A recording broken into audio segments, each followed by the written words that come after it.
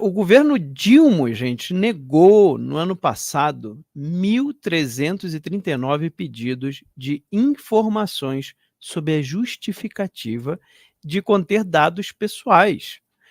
A decisão, na prática, impõe o sigilo de 100 anos sobre os documentos solicitados. Entre as informações colocadas em sigilo centenário pela gestão Lully estão a agenda da primeira-dama Rosângela da Silva, comunicações diplomáticas sobre o ex-jogador Robinho, e condenado na Itália por estupro, né? E a lista dos militares do batalhão de guarda presidencial que estavam de plantão durante o ataque à Praça dos Três Poderes no dia 8 de janeiro de 2023. Os dados mostram que o petista manteve o mesmo volume de decisões a favor do sigilo adotado na gestão do Bolsonaro.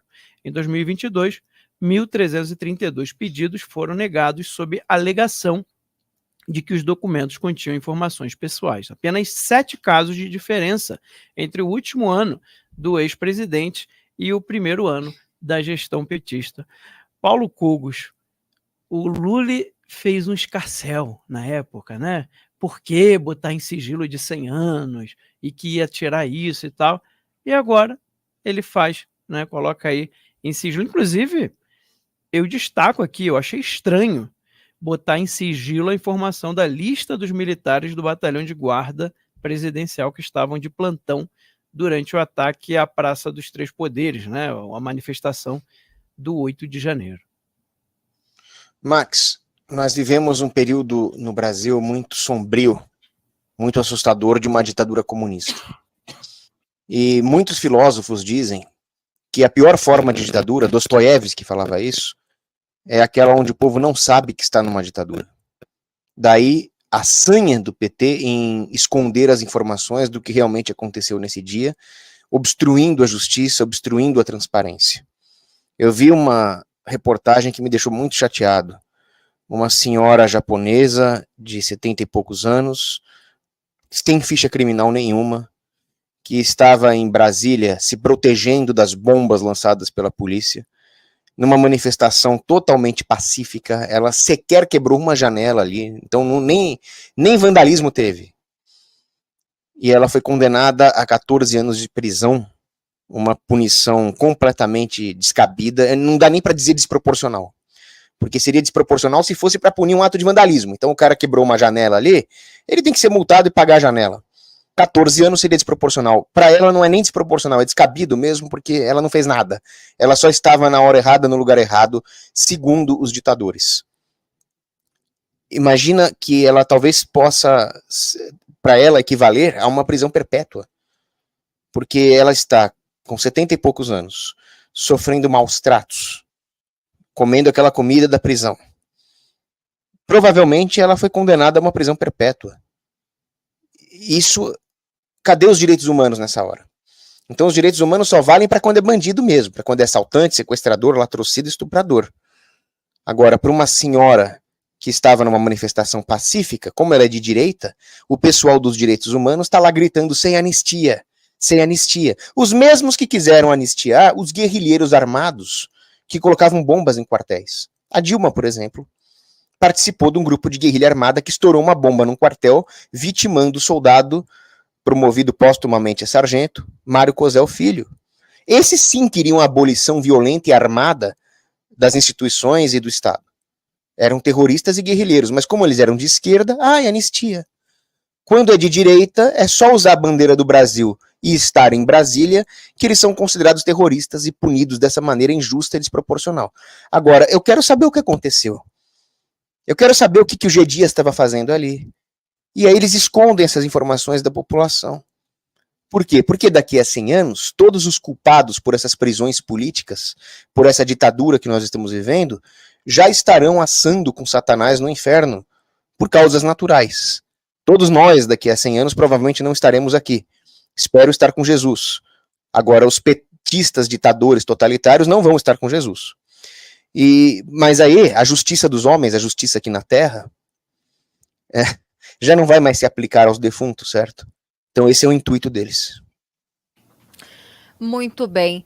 E chama muito a atenção por que colocar sigilo nessa questão dos militares em relação à data do 8 de janeiro, porque o que eu me lembro na CPMI que houve muito esse questionamento do porquê os policiais militares aqui do Distrito Federal, eles foram ordenados a ficar de sobreaviso e não em prontidão.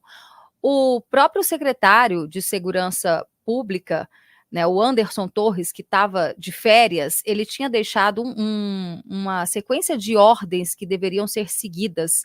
E ele, no seu depoimento, relata que não foi seguido o plano escudo. E incluía justamente isso, o fato dos policiais militares, eles deveriam estar de prontidão, ou seja, aguardando, né, alguma ordem, eles já ficariam ali no quartel. Porém, a ordem foi para que eles ficassem de sobreaviso, ou seja, eles estavam em casa. Então, o tempo que os militares que foram acionados saíram de casa para ir no quartel, pegaram, né, suas roupas, suas armas para ir então até a Praça dos Três Poderes, esse tempo, né, muita coisa aconteceu, poderia ter sido muito mais rápido a ação dos policiais militares. E me chama a atenção agora, por que estar privilegiando, né, negando o nome dessas pessoas? A gente sabe que tem policiais que estavam de férias, a exemplo do Coronel Naime, que saiu de onde ele estava e foi chamado, chegou até lá, fez toda a varredura no local com muita rapidez e hoje ele está preso. Muito se fala, inclusive, que ele é o verdadeiro boi de piranha da Polícia Militar aqui do Distrito Federal, enquanto outros nomes, misteriosamente, estão sob sigilo. Fica o questionamento, por quê? Por que esconder esses nomes? Então, acho que isso só abre mais precedentes para que a gente fique desconfiado, de fato, que o governo se omitiu, poderia ter feito, poderia ter evitado as invasões nas sedes dos três poderes. É isso aí. E é assim que a esquerda age, gente. Isso na verdade, assim, é importante a gente mostrar, é importante a gente falar, mas isso não nos surpreende, de fato. Porque a esquerda ela tem esse duplo padrão. Tá? Isso é de propósito. Tudo ali é uma estratégia política. Eles não têm valores. Isso é muito importante. Se você ainda não entendeu isso, entenda isso agora. Tá? A esquerda ela quer tomar o poder a qualquer custo. Então, quando um político de esquerda faz ou deixa de fazer algo, nunca é pelo motivo alegado. Não é assim, não, porque eu pensei aqui no bem dessa população e por isso eu resolvi fazer essa lei, resolvi tomar essa decisão. Não, olha, a gente não pode, a gente tem que proteger, né, o nascitur ou o que seja, e aí por isso que nós tiramos ali a nota técnica do Ministério da Saúde. Não é. Eles não têm valores, eles não têm princípios. O que a esquerda quer é a revolução, é tomar o poder, custe o que custar. Então, tudo que eles fazem é só um estágio para chegar à revolução. Ah, se agora eu tenho que falar contra o aborto, eu vou falar. Mas se amanhã eu tiver que falar a favor, eu vou falar também. É assim que esse pessoal pensa. Eles não estão querendo proteger minoria, eles não estão querendo proteger as mulheres, eles não estão querendo proteger pessoas LGBT, nada disso. Tudo, ambientalismo, tudo isso, gente, é só argumento para obter ganho político.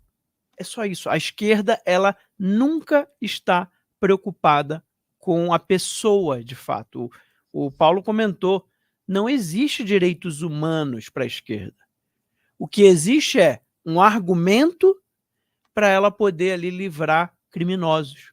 Porque muitas das vezes, esses criminosos têm ligação com a esquerda.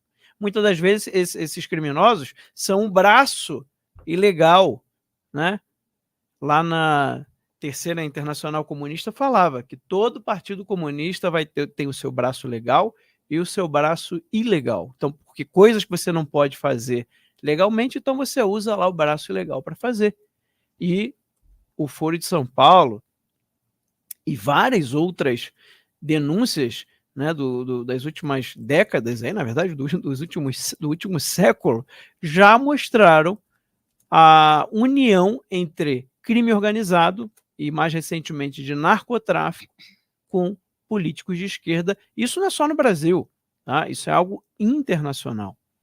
Então, é importante a gente entender isso. Tá? Eles sempre vão se contradizer. Ele vai, agora, presta atenção, agora, nessa eleição, você vai ver aí o Boulos indo à missa, né? Indo a culto evangélico, se fazendo cristão, usando palavras que vão ali beira o conservadorismo, beira a direita. Por quê? Porque ele quer cooptar esses eleitores para ele. Mas assim que for eleito, no ano seguinte, primeiro dia, já vai estar fazendo o contrário de tudo que ele disse. Porque para eles não importa. Eles não têm valores. Então, para um comunista, para um socialista, não adianta você chegar e falar que ele está se contradizendo e falar que ele é um hipócrita. Ele não está nem aí, ele vai rir de você. Mas, então, por que a gente tem que falar disso? Né? Por que a gente colocou aqui, Te Atualizei News, essa notícia? Que é para você falar para as outras pessoas. Gente, militância esquerdista hoje no Brasil é minoria. Tá? Se for 15%, é muito. Se for 15% dos eleitores, é muito. Então você tem uma massa de eleitores aí que não é, né, não se identifica com esquerda nem direita. Mas o pensamento deles é de direita. Por quê? Porque eles têm valores. Então você tem que pegar essa notícia e mostrar. Olha, tá vendo? Você lembra quando o Lula falou lá na campanha dele, né, contra o sigilo de 100 anos que o Bolsonaro colocou? Então, ele fez a mesma coisa. E, inclusive, ele fez com coisas que não tem nada a ver com questões pessoais. O que a lista dos militares de plantão do 8 de janeiro tem a ver com questão pessoal? A justificativa fica meio incoerente. Né? Só para citar só este caso, que é um caso, inclusive, importantíssimo, porque, como já foi bem falado aqui, está levando pessoas a condenações descabidas mesmo, né? Condenações que não têm motivo. Então, gente, peguem esse tipo de notícia aqui e mostrem para as pessoas. O brasileiro, ele entende, ele não aceita hipocrisia. Ele precisa despertar e perceber o seguinte, cara, esse cara é um pilantra. É um pilantra, porque ele está falando uma coisa hoje e amanhã ele está falando outra. Então ele age, né, de maneira aí para enganar mesmo a população, para manipular. E eles não têm nenhum problema com isso, porque a única coisa que eles querem é poder, é domínio, é ter lá o seu cargo político, né, e ficar mais perto da revolução que eles querem.